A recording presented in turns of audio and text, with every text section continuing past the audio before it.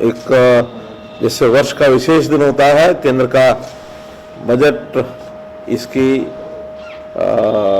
घोषणा की गई है। लोकसभा में बजट प्रस्तुत किया गया है और खुशी है इस बात की कि पिछला ये पूरा वर्ष जैसे कोविड का निकला है और जैसे पूरा अर्थतंत्र, पूरी जो आर्थिक गतिविधियां, उसके ऊपर एक बहुत बड़ी कठिनाई जो आई, उसके बावजूद भी इस वर्ष का ये जो बजट है बहुत संतुलित और बहुत लोकहित का ये बजट ये पेश किया गया है। आज हमारी वित्त मंत्री श्रीमती निर्मला सीतारमण जी ने जो बजट पेश किया है उसमें विशेष तौर पर शिक्षा, उसमें स्वास्थ्य, उसमें इंफ्रास्ट्रक्चर और उसमें जितने भी आवश्यक जितनी भी चीज़ें थी, सामाजिक सुरक्षा के नाते भी बहुत सी चीज़ों का ध्यान में रखा है ताकि सामान्य समाज को उसका लाभ हो। क्योंकि कोविड के कारण से देश भर में सरकारों के पास भी जो खर्च काफ़ी किया गया, इस नाते से उन्होंने उसमें भी बड़ी राशि जो उसमें उपलब्ध कराई है कि कोविड के नाते से उसका उनको लाभ हो जाए। जहाँ तक एक एक विषय की बात है, कृषि के लिए 75,000 करोड़ रुपए का इस बार एमएसपी पर ज़्यादा इन्वेस्टमेंट होगा, इसका प्रावधान किया गया है। पशुपालन और डेयरी भी बहुत बड़ी राशि 40,000 करोड़ रुपए उसके लिए सुरक्षित रखे गए हैं। कपास के किसानों के लिए अलग से लगभग 25,500 करोड़ रुपया इसका प्रावधान ये किया गया है। और डिस्ट्रीब्यूशन सिस्टम है, जैसे एक देश एक राशन, इसके ऊपर विशेष फोकस रहेगा कि सारे देश में सब लोगों को जहाँ से भी राशन लेना चाहें वो उससे ले सकते हैं।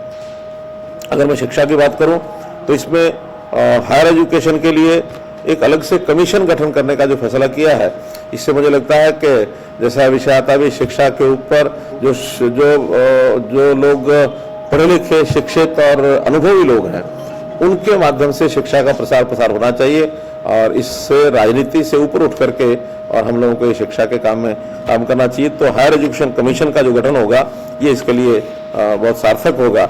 नेशनल रिसर्च फाउंडेशन के लिए 50,000 करोड़ रुपए की राशि रखी गई है और ये भी एक बड़ा एक कदम है। सामान्य शिक्षा में 758 एकलव्य स्कूल ये खोले जाएंगे और जिसमें विशेष उसके ऊपर फोकस रहेगा। 15,000 सरकारी स्कूल हैं, उनका स्तर बढ़ाया जाएगा, अर्थात हायर एजुकेशन की तरफ उनको और आगे ले जाने की बात ये रहेगी। स्वास्थ्य के नाते से जो पिछला बजट था उसका 137% ये बजट बढ़ाया गया है, तो अपने आप में बहुत बड़ी वृद्धि है। कोरोना वैक्सीन के लिए 35,000 करोड़ रुपए का ये बजट का प्रावधान किया गया है। ऐसे ही जो इंफ्रास्ट्रक्चर में परिवहन मंत्रालय को 1,18,000 करोड़ रुपए की राशि उपलब्ध कराई गई है और मैं समझता हूँ कि देश में जितना परिवहन जो है वो ज़्यादा होगा, जितना इंफ्रास्ट्रक्चर ज़्यादा होगा, उतना ही देश की आर्थिक स्थिति अच्छी होगी, यानी नए इन्वेस्टर आएंगे, उद्योग लगेंगे और रोजगार ये उसके अंदर उनको पर्याप्त मात्रा में मिलेंगे।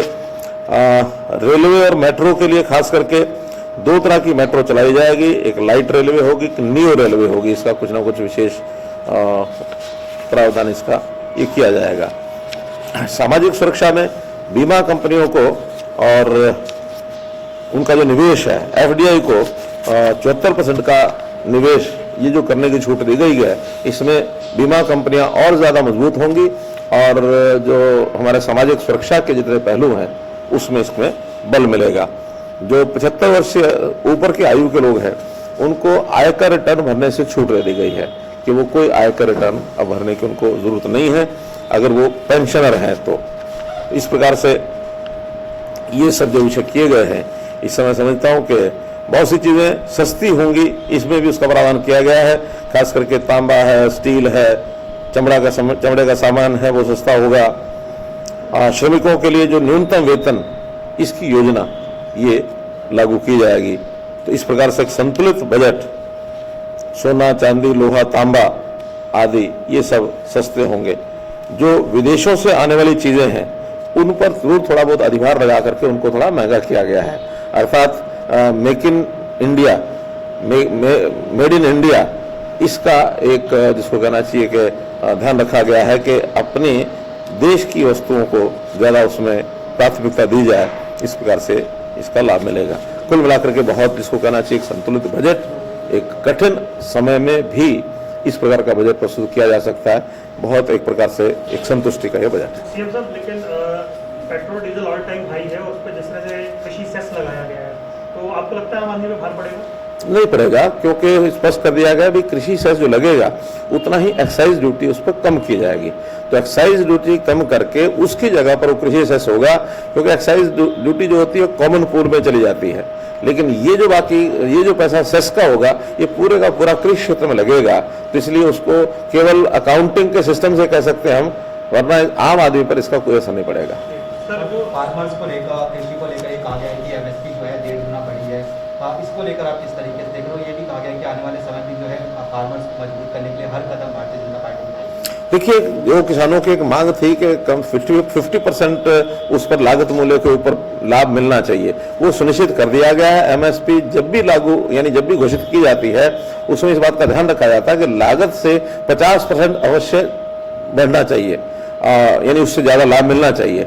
बहुत फसलों में तो 80-80, 90-90% तक भी लाभ मिल रहा है। इसलिए उसको सुनिश्चित किया है कि एमएसपी लगातार चालू रहेगी, लागू रहेगी। इंफ्रास्ट्रक्चर के लिए जो पैसा दिया जा रहा है उससे मंडियों को मजबूत किया जाएगा। ये खास करके जो सेस लगाया गया ये इंफ्रास्ट्रक्चर में ही ज़्यादा लगेगा, इसलिए मंडियों की जितनी भी व्यवस्थाएं हैं वो मजबूत होंगी। और खास करके जो आज इस समय किसानों के जो नेताओं ने इस प्रकार का जो एक संशय फैलाया है कि मंडियां जो है वो समाप्त होंगी, खास करके मैं हरियाणा और पंजाब की बात तो कह सकता हूं कि हमने अपने प्रदेशों में पहले से ही मंडियों को मजबूत रखा हुआ, और ये सेस का अगर लाभ हमको मिलता है तो इससे और ज्यादा मजबूती आएगी। सर, सरकारी कंपनियों के डिसइन्वेस्टमेंट को लेकर ऐसा लग रहा है कि सरकार और आगे बढ़ रही है, लेकिन विपक्ष का सवाल वही है कि फिर आप सारे सरकारी उपक्रम को बेच रहे हैं। ऐसा नहीं है, बहुत से ऐसे सरकारी उपक्रम होते हैं जिसके अंदर कोई लाभ नहीं होता, घाटे के सौदे हो जाते हैं। और क्योंकि बहुत पहले जिन विचारों को लेकर के ये सरकारी कंपनियां बनाई गई होंगी उस समय उसका हेतु कोई और रहा होगा। आज वो हेतु चूंकि बहुत से उद्योग ऐसे हैं जिसमें प्राइवेट इन्वेस्टमेंट बहुत आ गई है, वो अच्छे प्रकार से उद्योग चल रहे हैं। सरकारी लेवल पर जो घाटे की चीजें हो जाती हैं उसका इन्वेस्टमेंट करना ही उचित रहता है, ताकि उसकी पूंजी को जो है बाकी जगह पर भी लगाया जा सके। धन्यवाद।